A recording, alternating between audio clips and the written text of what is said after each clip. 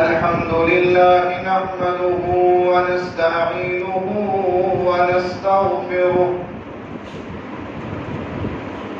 ونعوذ بالله من شرور أنفسنا وسيئات أعمالنا من يهده الله فلا مضل له ومن يضلله فلا هادي له وأشهد أن لا إله إلا الله وحده لا شريك له وأشهد أن محمدًا عبده ورسوله اللهم صل على محمد وعلى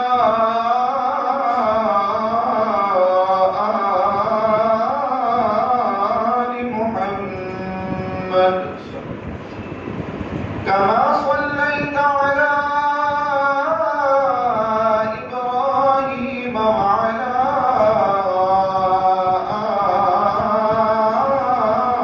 آل إبراهيم إنك حميد مجيد اللهم بارك على محمد وعلى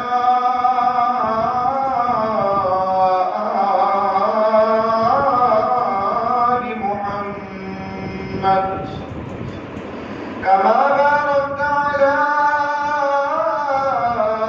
إبراهيم وعلى آل إبراهيم إنك حميد مجيد أما بعد فإن خير الحديث كتاب الله وخير الهدي هدي محمد صلى الله عليه وسلم وشر الأمور محدثاتها وكل محدثة بدعة وكل بدعة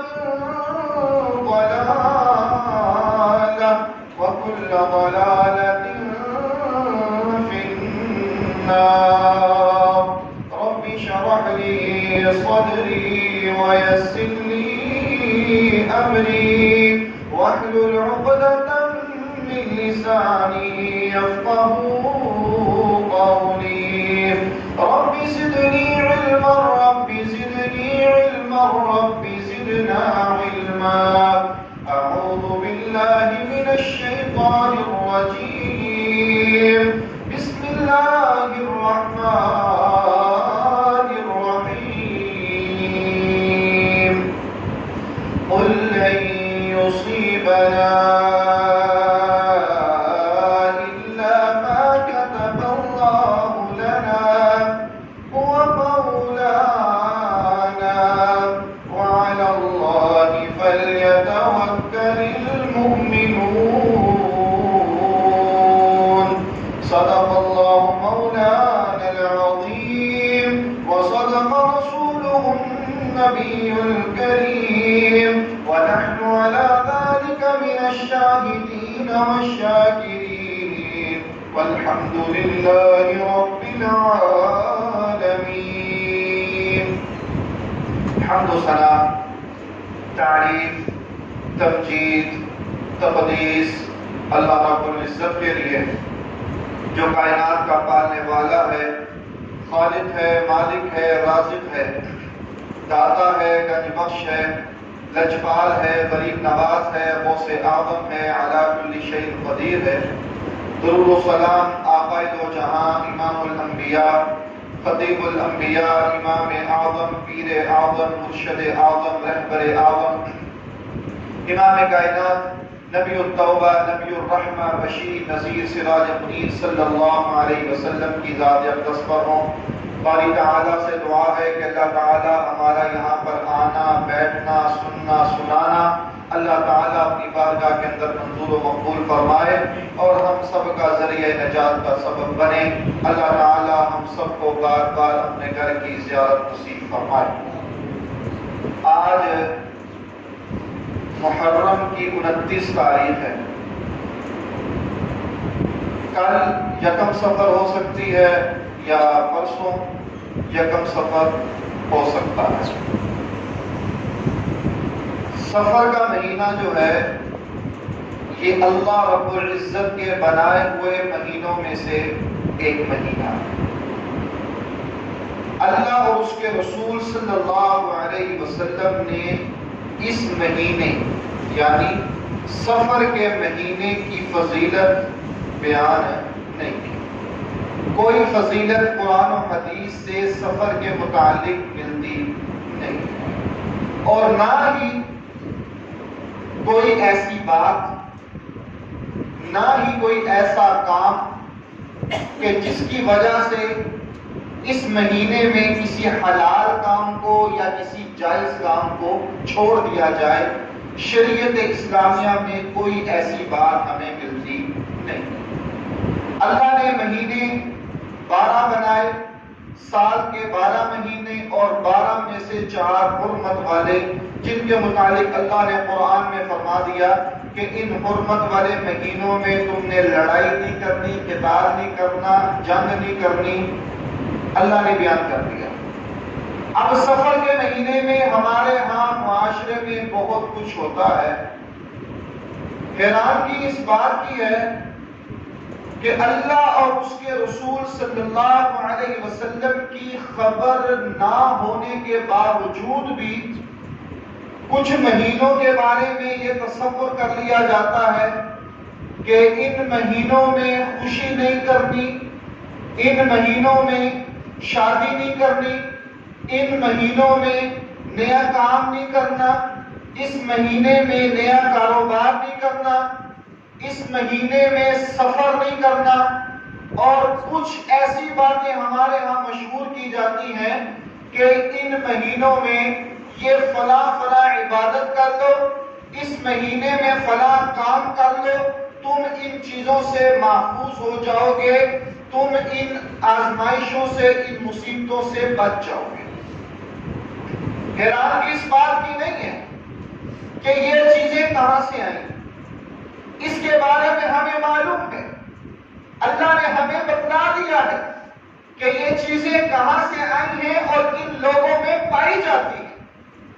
حیرانگی اس بات کی ہے کہ جو بات بغیر کسی ثبوت کے، جو بات بغیر کسی دلیل کے، جو بات بغیر کسی ٹھوس ثبوت کے لوگوں کے دلوں میں، دماغوں میں، کانوں میں ڈال دی جائے، اسے تو لوگ بڑی جلدی مان لیتے ہیں، اس کو تو لوگ بڑی جلدی پکڑ لیتے ہیں، اس پر تو لوگ بڑی جلدی عمل کر لیتے ہیں۔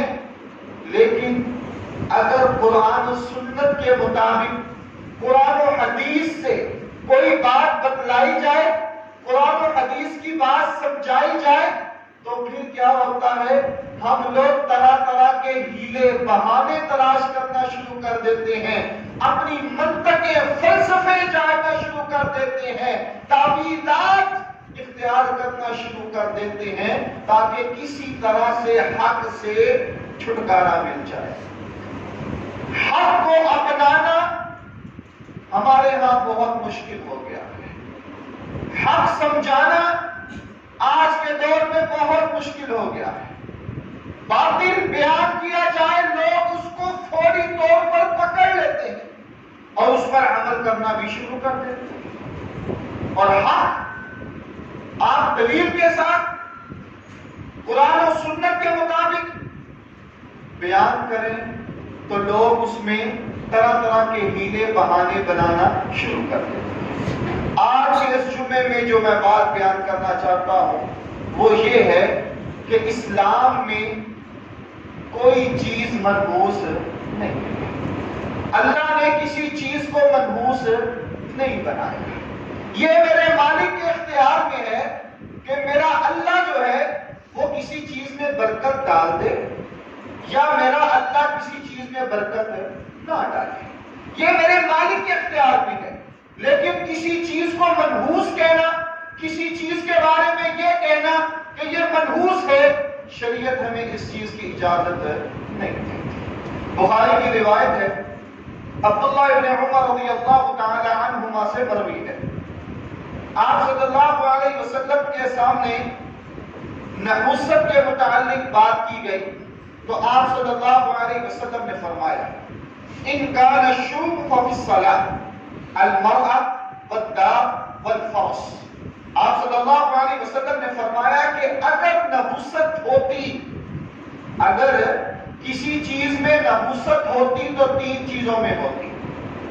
پہلے نمبر پر عورت، دوسرے نمبر پر گھر، تیسرے نمبر پر گھوڑا۔ آپ نے فرمایا کہ اگر کسی چیز میں نحوست ہوتی تو ان چیزوں میں ہونی تھی۔ تین چیزوں کے نام بتلا دیے، عورت، گھوڑا اور گھر۔ آپ کا بیان کرنا اس بات کی وضاحت کر رہا ہے، یہ حدیث ہمیں یہ سمجھا رہی ہے کہ اگر کسی چیز میں نحوست ہوتی، اس کا مطلب ہے کسی چیز میں نحوست، کوئی چیز نحوست والی نہیں ہے۔ ہمارے ہاں جو چیز مشہور ہے کہ یہ منحوس ہے، یہ نحوست زدہ ہے، یہ نحوست والا ہے، شریعت اس چیز کی ہمیں اجازت نہیں دیتا۔ اسلام میں نحوست کا تصور نہیں ہے۔ اب مثال کے طور پر دو انسان بیمار ہو جائیں، دونوں کو ایک جیسی بیماری لگ جائے اور وہ ایک ہی ڈاکٹر کے پاس جائیں اور ڈاکٹر جو ہے ان دونوں کو ایک جیسی دوائی دے، ایک مریض کو آرام آ جاتا ہے اور دوسرے مریض اس کی بیماری جو ہے وہ بڑھ جاتی ہے۔ ایک کو شفا ملتی ہے اور دوسرے کو شفا نہیں ملتی۔ یہ کس کے اختیار میں ہے؟ اللہ کی۔ یہ میرے مالک کے اختیار میں ہے، یہ رب العالمین کے اختیار میں ہے۔ چند دوست ایک ہی جگہ پر ایک جیسا کاروبار کرتے ہیں، کسی کا کاروبار جو ہے وہ آسمان کی بلندیوں کو چھو رہا ہوتا ہے اور کسی کا کاروبار درمیانے درجے کا اور کسی کا بالکل ڈاؤن ہو جاتا ہے۔ کام ایک ہی ہے، پوائنٹ ایک ہی ہے، جگہ ایک جیسی ہے، لیکن کسی کو برکت مل رہی ہے اور کسی کو نہیں مل رہی۔ سفر، کسی سفر کے لیے نکلیں، ایک بس کے اندر کافی لوگ موجود ہوتے ہیں، کئی مسافروں کے لیے سفر جو ہے وہ باعث برکت ہوتا ہے، باعث برکت ہوتا ہے، اور کئی مسافروں کے لیے وہی سفر باعث برکت نہیں ہوتا، خیر والا سفر نہیں ہوتا۔ بس ایک ہے، ڈرائیور ایک ہے، مسافر ایک ہی بس میں بیٹھے ہوئے ہیں، لیکن ہر ایک کے ساتھ معاملہ جو ہے وہ الگ الگ ہوتا ہے۔ یہ ساری چیزیں کس کے اختیار میں ہیں؟ اللہ کے اختیار میں۔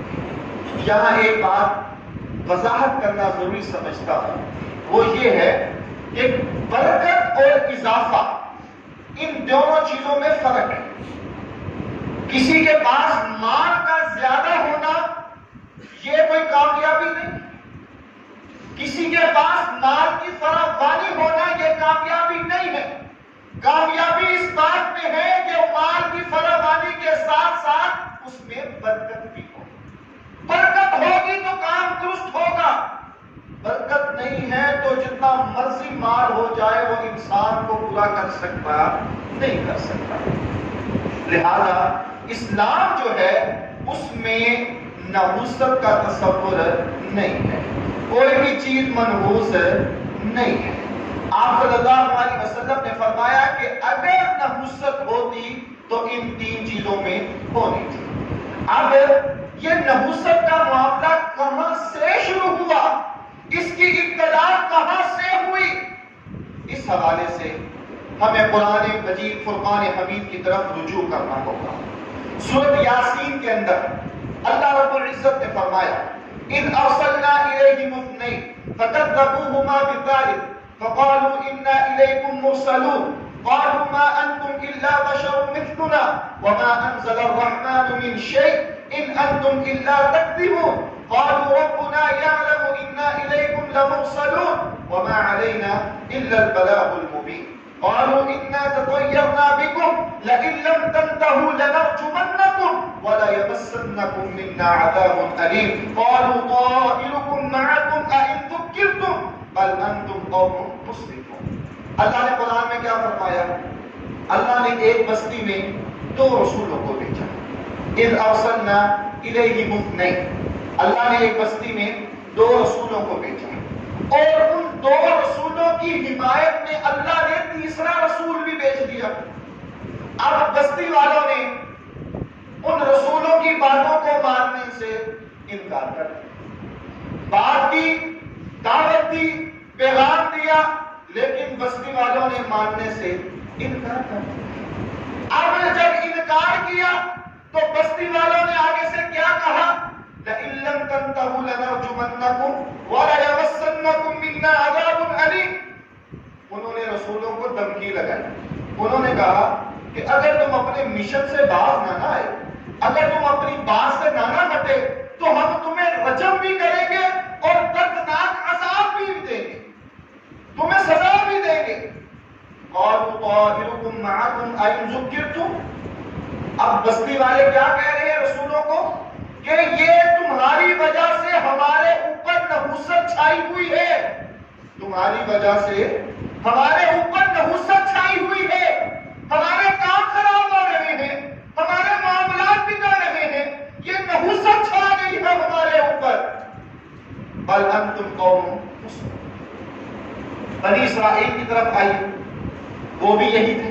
فَإِذَا جَاءَتْهُمُ الْحَسَنَةُ قَالُوا لَنَا هَٰذِهِ وَإِن تُصِبْهُمْ سَيِّئَةٌ يَطَّيَّرُوا بِمُوسَىٰ وَمَن مَّعَهُ أَلَا إِنَّمَا طَائِرُهُمْ عِندَ اللَّهِ وَلَٰكِنَّ أَكْثَرَهُمْ لَا يَعْلَمُونَ. موسیٰ علیہ السلام باو نصیحت کر رہے ہیں. بنی اسرائیل والوں ان کا کیا حال تھا؟ جب ان کو کوئی اچھائی ملتی، کوئی خوشی ملتی، ان لوگوں کو، بنی اسرائیل والوں کو کوئی اچھائی ملتی تو وہ کیا کہتے کہ یہ تو ہمارا حق تھا، ہم تو اس کے حقدار تھے، یہ تو ہمیں ملنی ہی چاہیے تھی. اور جب بنی اسرائیل والوں کو کوئی غمی ملتی، کوئی پریشانی آتی، کوئی مصیبت آتی تو کیا کہتے؟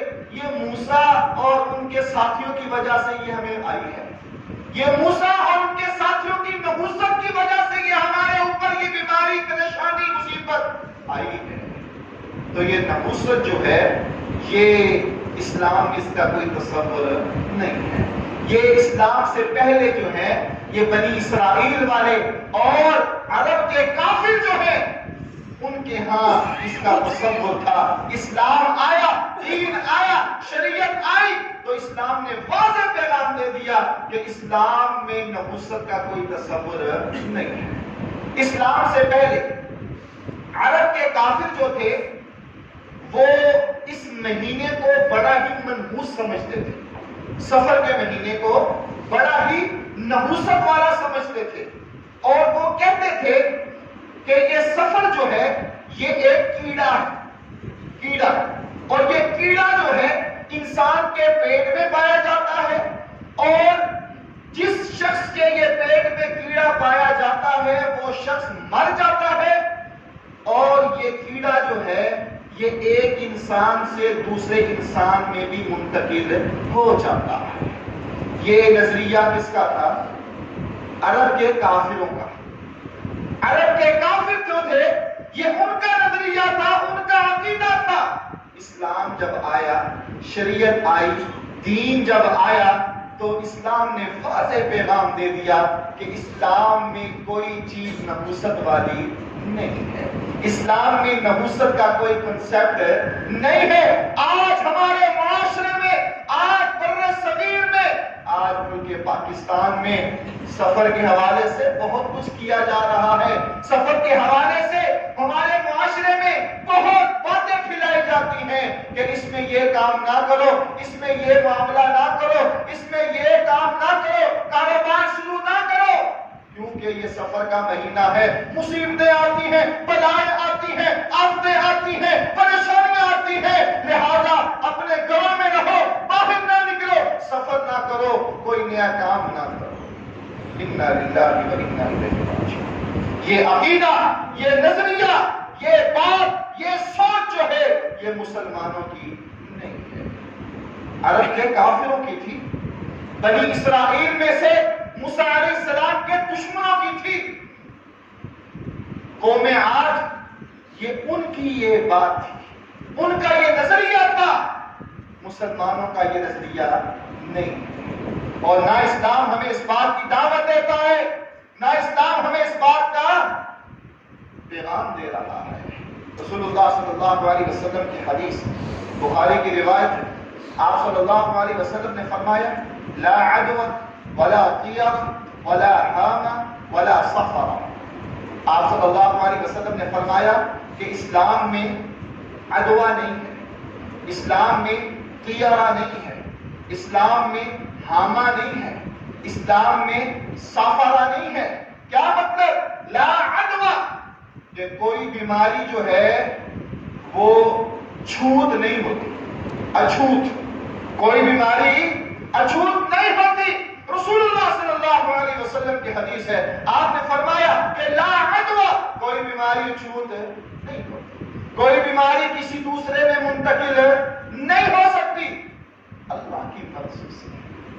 اگر میرے رب کی مرضی ہے تب یہ معاملہ ہو سکتا ہے، اگر رب کی مرضی نہیں ہے تب بیماری کسی دوسرے کو لگ سکتی نہیں۔ آج ہمارے ایمان کمزور ہو گئے، آج ہمارا یقین کمزور ہو چکا۔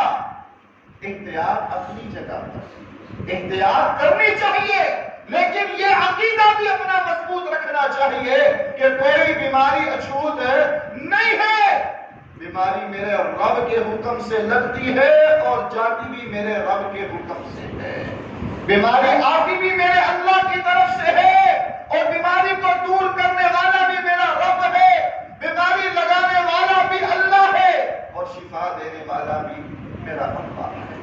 لا عدوہ، کوئی بیماری اچھوت نہیں، لا عدوہ ولا طیرہ۔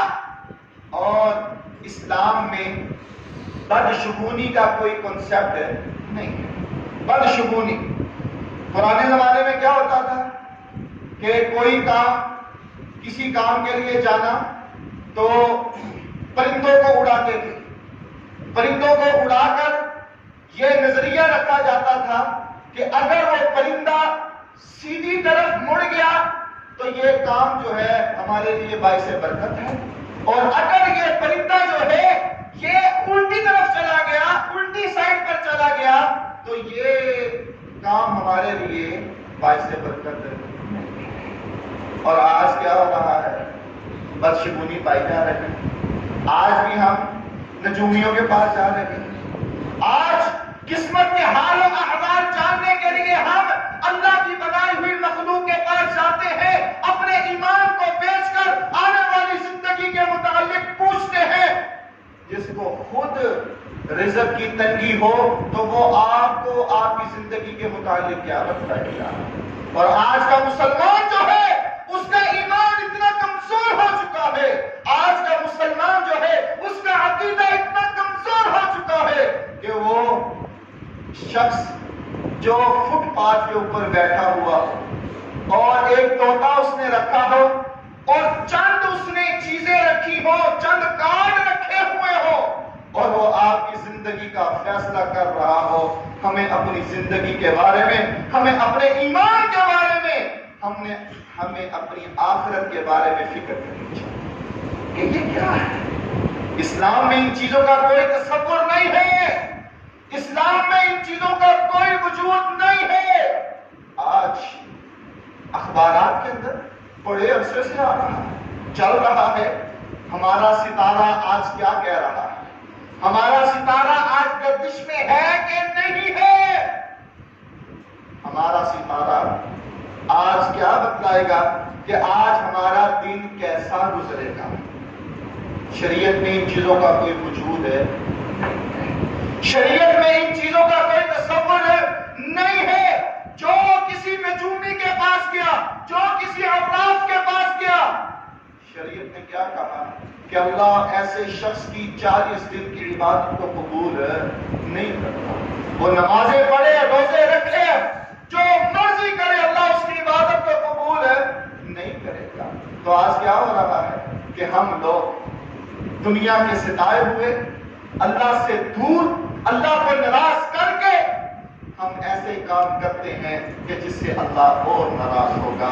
تو میرے بھائیوں, بدشگونی جو ہے لینا اور کسی کے بارے میں بدشگونی رکھنا یہ جائز نہیں ہے. لا عدوہ, کوئی بیماری, اچھوت نہیں. ولا طیرہ, اسلام میں بدشگونی نہیں ہے. ولا حامہ, حامہ کیا ہے؟ حامہ یہ ہے, رسول اللہ صلی اللہ علیہ وسلم نے جو یہ لفظ ارشاد فرمایا ہے, اس کا مفہوم یہ ہے کہ عرب میں یہ تصور کیا جاتا تھا کہ اگر کوئی شخص قتل ہو جائے, کوئی شخص قتل ہو جائے تو اس کی روح جو ہے وہ راتوں کو گردش کرتی ہے. اس کی روح جو ہے وہ راتوں کو پھرتی ہے, گردش کرتی ہے. جب تک وہ قاتل کو مار نہیں دیتی تب تک اس کی روح جو ہے وہ گلیوں میں, چوکوں میں, چرستوں میں پھرتی رہتی ہے. اسی طرح بعض لوگوں کا یہ نظریہ ہے کہ چمگادڑ وہ اس طرح پھرتی رہتی ہے. اسی طرح سانپ کے حوالے سے یہ نظریہ لوگوں میں پایا جاتا ہے کہ یہ گردش کرتا رہتا ہے اور بدلہ لیتا ہے. جس نے اس شخص کو مارا اس کی روح جو ہے وہ سانپ بن جاتی ہے اور وہ اس شخص کا پیچھا کرتا رہتا ہے جب تک اس مارنے والے کو وہ مار نہیں دیتا. اسلام نے کیا کہا؟ ولا حامہ, اسلام میں حامہ بھی نہیں ہے. یہ روح جو ہے مرنے کے بعد کیا ہوگا یہ میرے اللہ کو پتا ہے. مرنے کے بعد انسان کی کیا کیفیت ہوگی میرے اللہ کو پتا ہے. مرنے کے بعد روح کدھر جائے گی میرے خالق کو پتا ہے. مرنے کے بعد روح کس حال میں ہوگی میرے اللہ کو پتا ہے.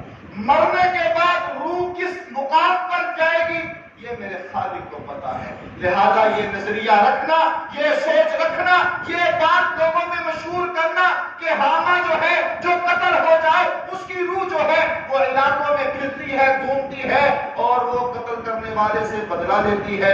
لہذا یہ بات بالکل من گھڑت ہے, 100% جھوٹ ہے. رسول اللہ صلی اللہ علیہ وسلم کی بات جو ہے وہ حق ہے اور سچ ہے. چوتھے نمبر پر آپ نے کیا فرمایا؟ ولا صفا. پہلے نمبر پر لا عدوہ, کوئی بیماری, اچھوت نہیں ہے. ولا طیرہ, بدشگونی اسلام میں نہیں ہے.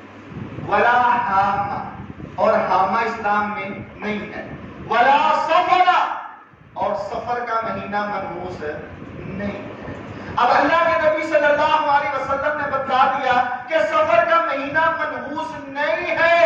اب آج کا مسلمان جو ہے وہ یہ نظریہ اپنے دماغ میں بٹھائے ہوئے یہ کہے کہ اس مہینے میں کاروبار نہ کرو, اس مہینے میں رشتے نہ کرو, اس مہینے میں شادی نہ کرو, اس مہینے میں خوشی نہ کرو, یہ سفر کا مہینہ ہے, بلائیں اترتی ہیں, آفتیں اترتی ہیں. تو میرے بھائیوں, اللہ کے نبی صلی اللہ علیہ وسلم کا فرمان سچ ہے کہ اس بے ایمان کی بات سے آپ صلی اللہ علیہ وسلم کی بات حق ہے, سچ ہے. آپ نے فرمایا کہ ولا سفر, کہ سفر کا مہینہ جو ہے وہ منحوس نہیں ہے. اب اسلام میں بے شمار ایسے واقعات ہیں جو اس بات کی وضاحت کر رہے ہیں کہ سفر کا مہینہ جو ہے اس میں کوئی ایسی پابندی نہیں ہے کہ آپ یہ کام کریں اور یہ نہ کریں, آپ یہ کریں اور یہ نہ کریں. کوئی شریعت نے ایسی پابندی نہیں لگائی. ہمارے ہاں پابندی لگائی جاتی ہے. بات مشہور ہے کہ محرموں میں شادی نہیں کرنی چاہیے, سفر میں شادی نہیں کرنی چاہیے, اور نایوب سمجھتے ہیں, بڑے آنکھیں نکال کے اور بڑے ہی سوچ و بچار میں گم ہو کر کہتے ہیں سفر میں شادی کرنے لگے ہو, محرم میں شادی, پتہ نہیں کتنا بڑا کبیرہ گناہ ہے, نعوذ باللہ. تو سفر میں شادی ہو یا محرم میں, شریعت نے کوئی پابندی نہیں لگائی. سارے مہینے میرے اللہ کے بنائے ہوئے ہیں, سارے مہینے اللہ کے بنائے, اور جو 4 حرمت والے ہیں ان کے متعلق اللہ نے فرما دی کیا نہیں کرنا. یہ شادی والا معاملہ, کاروبار والا معاملہ اور خوشی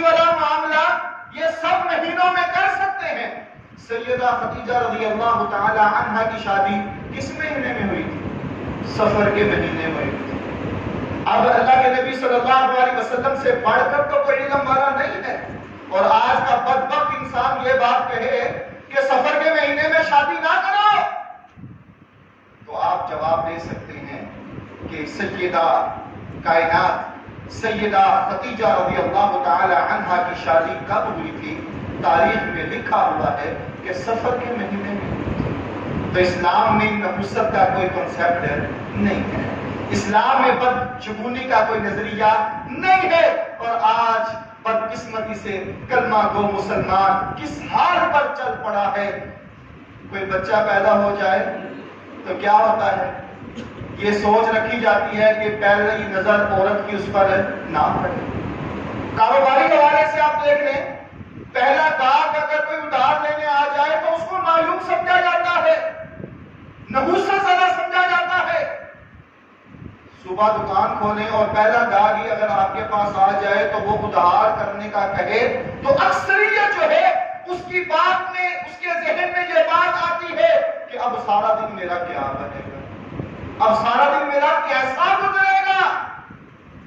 بڑی عالی شان گاڑی لے کر اور اس کے نیچے مسلمان جو ہے وہ جوتا لٹکا دیتا ہے، کیا اسلام اس چیز کی اجازت دیتا ہے؟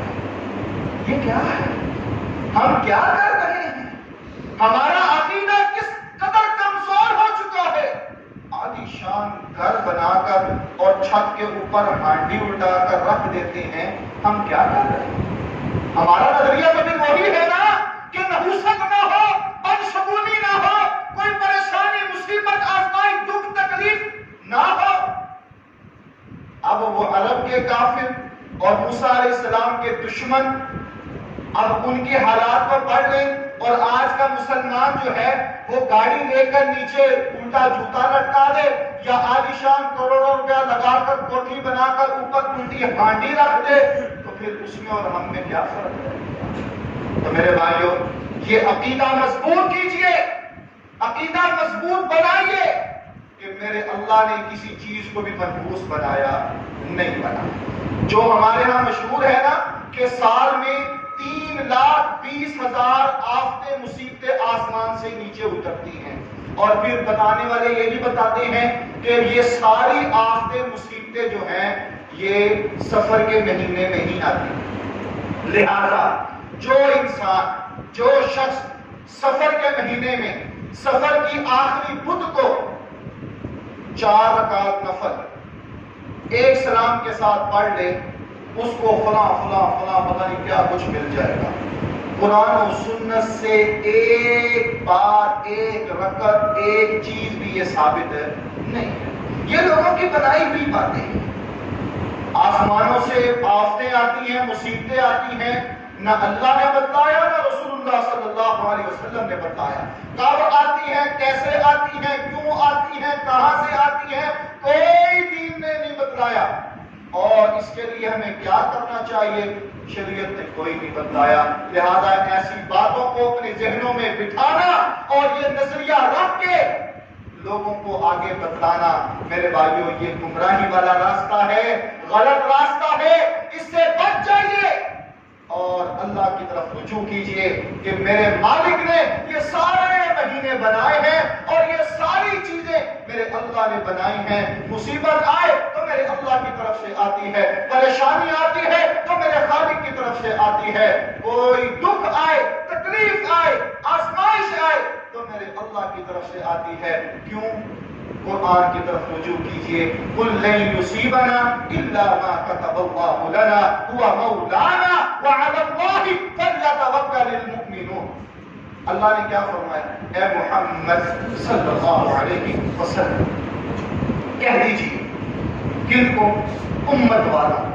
قرآن پڑھ کر دیکھیے، لَن يُصِيبَنَا إِلَّا مَا كَتَبَ اللَّهُ لَنَا، جو مقدر میں لکھا ہے وہ ہو کر رہے گا، جو تقدیر میں لکھا ہے وہ ہو کر رہے گا، جو تقدیر میں ہے وہ مل کر رہے گا۔ اللہ کسی کو مصیبت نہیں پہنچاتا مگر جو اللہ نے اس کے متعلق لکھ دی ہے۔